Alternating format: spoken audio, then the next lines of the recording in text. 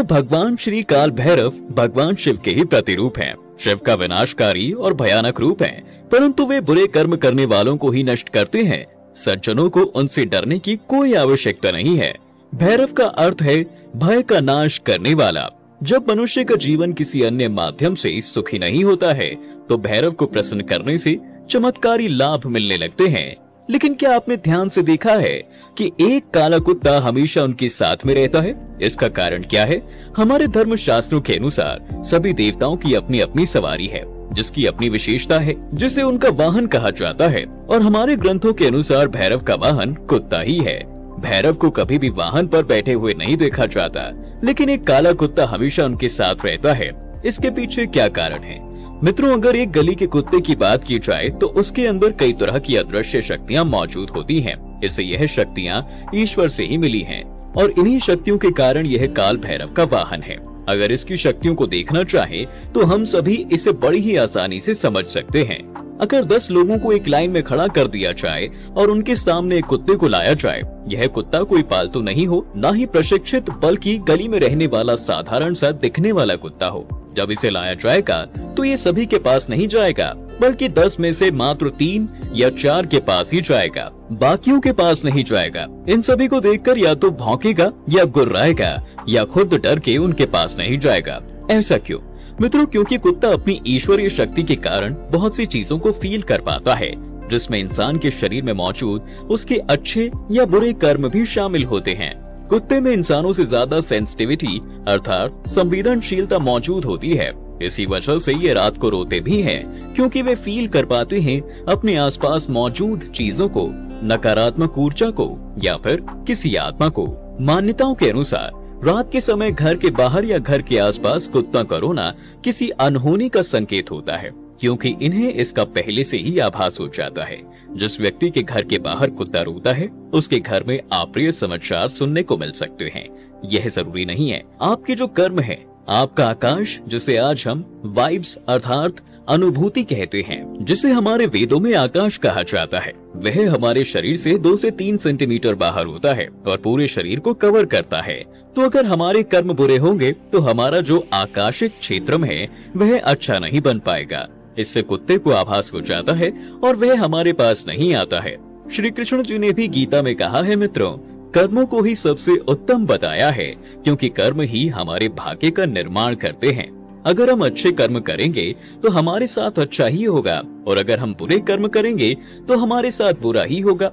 जब कोई कुत्ता आपके पास आने लगे तो इसका मतलब है कि आपके कर्म साफ हो गए हैं। इसलिए काल भैरव जी का वाहन कुत्ता है, यानी कि एक ऐसा रूप जो आपके कर्मों को साफ कर देगा। इसी वजह से उनके पास कुत्ता आया। और अगर आप काल भैरव की तांत्रिक विधि से पूजा करना चाहते हैं तो सबसे पहले ये जांचा जाएगा कि कुत्ता आपके पास आ रहा है या फिर नहीं। अगर कुत्ता आ रहा है तो आप काल भैरव की उपासना कर पाएंगे। मित्रों, हिंदू धर्म के पुराणों में कुत्तों को यम का दूत भी कहा गया है। दरअसल कुत्ता एक ऐसा प्राणी है जो भविष्य में होने वाली घटनाओं और सूक्ष्म जगत की आत्माओं को देखने की क्षमता रखता है।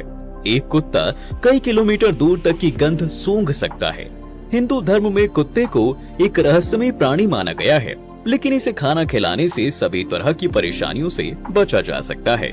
कुत्ता एक वफादार प्राणी है जो हर तरह के खतरे को पहले ही भांप लेता है। प्राचीन काल से लोग कुत्तों को अपने साथ रखते थे ताकि वे जंगली जानवरों, लुटेरों और भूत प्रेतों से बच सकें।